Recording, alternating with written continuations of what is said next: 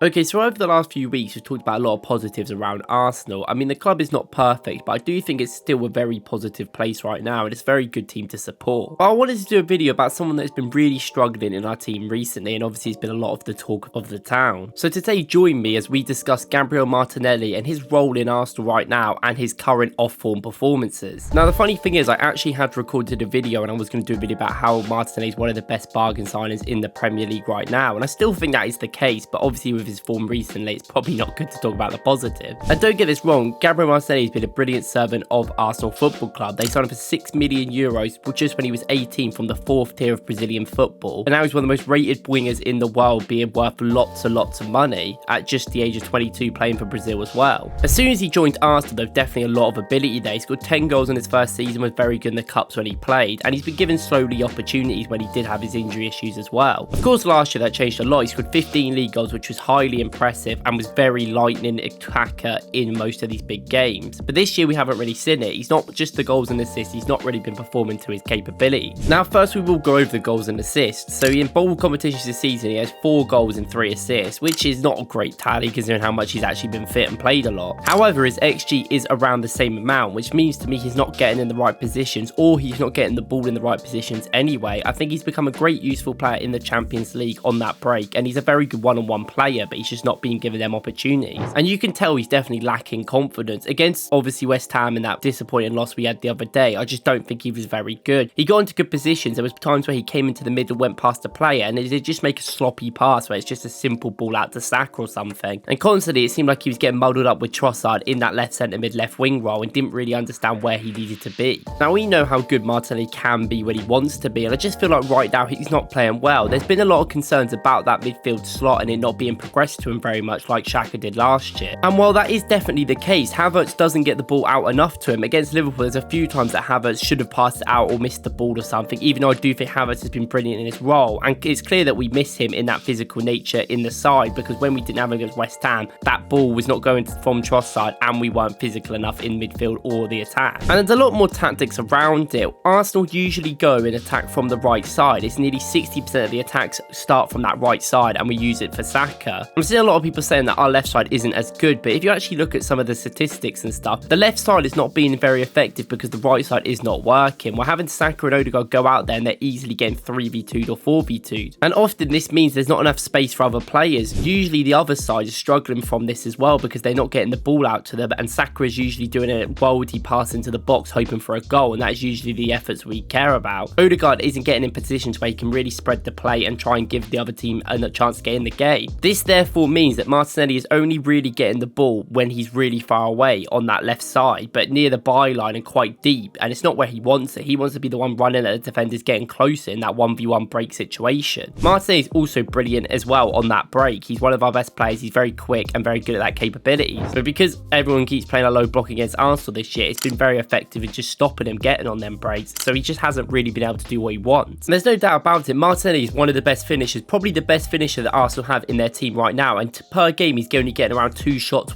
in the game, which is just not enough for our best attacker of shooting. And it's also interesting how he's used, because Saka is the dictator of attack, so he is usually isolated for Arsenal, getting the ball in positions that he wants it and usually being able to take on a man. Martinelli isn't really a player that really faffs around. He's someone that's very direct. He wants to get in the box near the goal and shoot to get closer to the goal, and he's better a shooter at that. The problem is with this, when they're both getting doubled up on, Saka will often do better. Saka's often used to getting people come up to him and 2v1 in them or 1v2 and him being okay and him being able to find passes and take calmness on the ball. Saka is not a player to rush. He doesn't really care about having goals and assists necessarily and just wants to help the ball tick along. He will happily be a facilitator in that attack. But Martinelli won't do this. He's very much a direct player. He wants to be in that 1v1 so he can get into a cut in or cut outside to be able to shoot at goal. And he hasn't been getting this because the Arsenal's right side has been overcrowded and slow. We're getting too many players down there, getting too many players on them, and there's just slow build up. You saw it against West Ham with Odegaard and Saka. They're both just waiting for each other to do an overlap with Ben White, and there's not really directness and proper precision to get the ball up the pitch quicker. They sort of just wait for things to happen, and this has worked sometimes, obviously with that Saka killer ball where he does the back post and we get headers in, but it's not consistent. We can't just rely on Saka to do some wonder ball every single game, and I honestly just don't think the team work very well with Martinelli, which is giving him a hard chance to do anything. Martinelli wants to get close to the goal. He wants them balls in for him, but you never see Odegaard or Havertz even think think about putting a transitional pass out to Martinelli. He never gets the ball, they never really pass it out to him until he's like really deep. And hopefully with the inclusion of another midfielder or maybe another defender in left back, like Timber coming back, it will help him get on the ball a bit more in positions he wants so he can get doubled up on and can help from his other teammate. Because Ben White will overlap and help Saka with Odegaard, yet Martinelli has nothing, doesn't even have the left centre mid going with him. Now, is this a problem of Arteta? Is this his fault? And I'd say maybe. He definitely has got to get Martinelli more into the game, but you can't really blame him for how the team's playing and how the system works. It's very hard and intricate. One of the big issues I have with him actually is the fact that Odegaard is doing so well. You can see how good he is on the ball, but he's still not being that effective. And the reason why he's not being that effective is because his role to help Saka is just simply not working anymore. And to me, I've seen a lot of people say this as well, I think Odegaard needs to be tried in a bit of an 8 role in midfield. I don't think being a primary 10 is very good for him. He's very good at ball progress and he can pick the ball up the pitch. And also, Arsenal don't really have a solution for that left centre mid spot other than Havertz's physicality. It's not really helping us with certain areas. And obviously Havertz is brilliant in some games, but I think some games he probably isn't the best player to have in there. And looking at what Arsenal